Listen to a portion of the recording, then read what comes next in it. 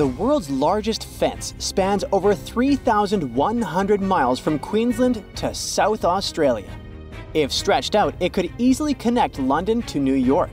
And if you'd walk next to it, you'd need 6 months to complete the journey. It wasn't built to safeguard the Australian border. Why would it, since Aussies are just surrounded by water?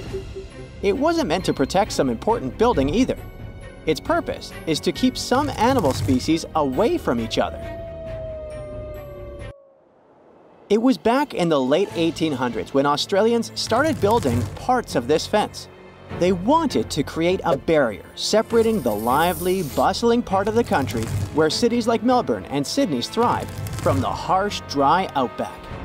They used wooden posts dug deep into the ground, linked up with wire mesh standing about 6 feet tall.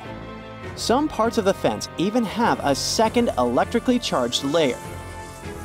To make sure this fence did its job, they added some red and white lights to help guard things even at night. A team of over 20 people work full-time to keep things in check here. And every year, local authorities chip in around $750,000 to keep the construction in shape. Why all this trouble? The main reason was dingoes. These gingery, wolf-like creatures are Australia's largest carnivore mammals, and they're also apex predators. They were causing a lot of trouble to local farmers, especially in southern Queensland, where they often go after sheep. For the most part, the fence has been doing its job okay, but it's not foolproof. Some dingoes still manage to sneak through. Other times, wild camels end up crashing into it. That's because Australia has quite a massive camel population roaming around. But this man-made solution did more than locals expected. They thought there would just be fewer dingoes within the fence, but fewer dingoes mean more kangaroos. And more kangaroos mean more competition with the sheep for food. It's not just the bigger species feeling the squeeze. The smaller animals and the greenery also went through changes. With all this competition in a smaller space, locals noticed less diversity in the plant life and small animals. The soil became less nutritious over time, affecting plant growth. Plus, the fence acts as a roadblock for animal migration and seed dispersal. Even the sand dunes are feeling the effects, with less grass cover to hold things together. When scientists looked at kangaroos on both sides of the fence, they noticed that the young pups inside were lighter and tinier on average. The outsiders had bigger feet and heads for their age, and it wasn't because they were eating a different diet. The kangaroos that were stuck sharing the land with dingoes had to bulk up faster to survive. On the flip side, those inside the fence took it slower because they weren't under the same type of pressure. These had to compete with a lot of other creatures for food, so a bigger size wasn't a priority anymore. Researchers are still not sure if this difference is a quick fix or a long-term gene adaptation. What about domesticating dingoes? Wouldn't that help? Many think dingoes were once pets in Australia, but it's not known for sure. These days, they're pretty wild, just like wolves, hyenas, or coyotes.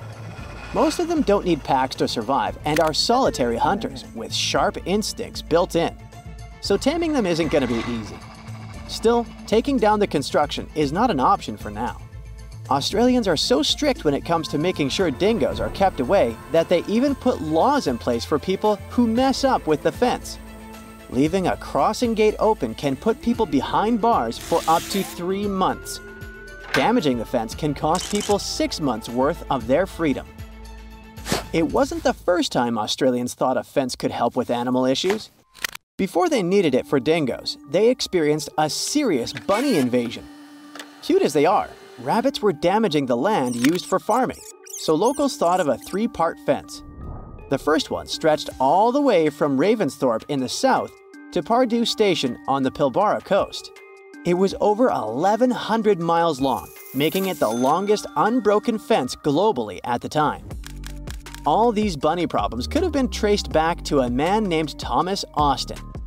Back in 1859, when he first came to the land down under, he thought it would be a good idea to release a few rabbits into the wild, thinking it would add a bit of charm to the place. But since rabbits aren't native to Australia, they didn't have any natural predators at the time. They're also pretty adaptive creatures, needing just some grass for feeding. They reproduce at astonishing speeds too. A mama rabbit can have 4 litters a year, with as many as 5 bunnies each. Pretty soon, their numbers boomed.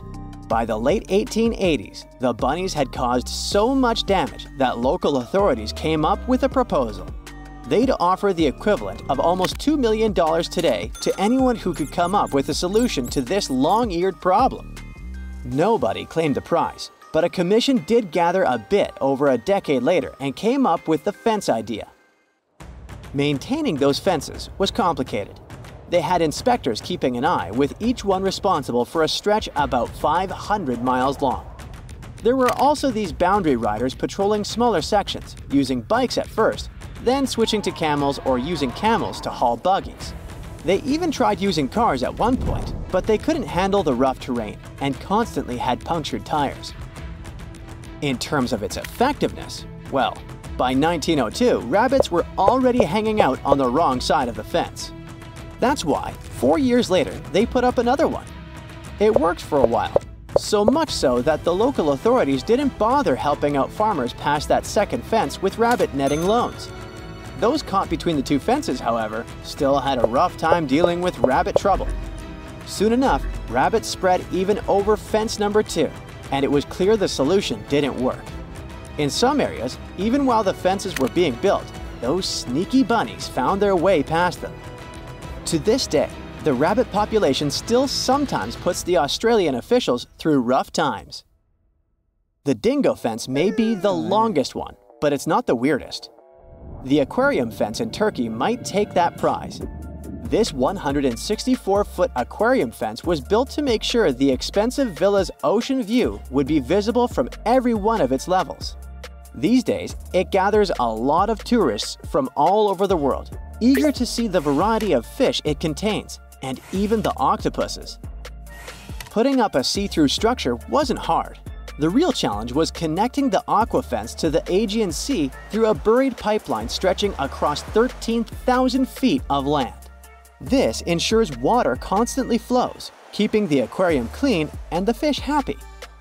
To make sure no one damages the delicate fence or steals any of the fish or two, the owner also invested in security. He installed a network of 17 cameras equipped with facial recognition. Visitors are free to look and take pictures, but step too close and you're likely to trigger alarms. Another one of those weird fences is New Zealand's bra fence. If you ever find yourself through central Otago, you might stumble upon a fence adorned with bras of all kinds of shapes, sizes, and patterns. Its story takes us back to 1999, when people in the area found 4 bras mysteriously hanging on the fence near Cardrona Valley Road. Some were a bit surprised, but then others started adding their bras to the decor. Some more bras appeared, and it became a must-see spot for tourists. Its popularity was so high that at times it caused traffic problems in the area. That's it for today. So hey, if you pacified your curiosity, then give the video a like and share it with your friends. Or if you want more, just click on these videos and stay on the bright side.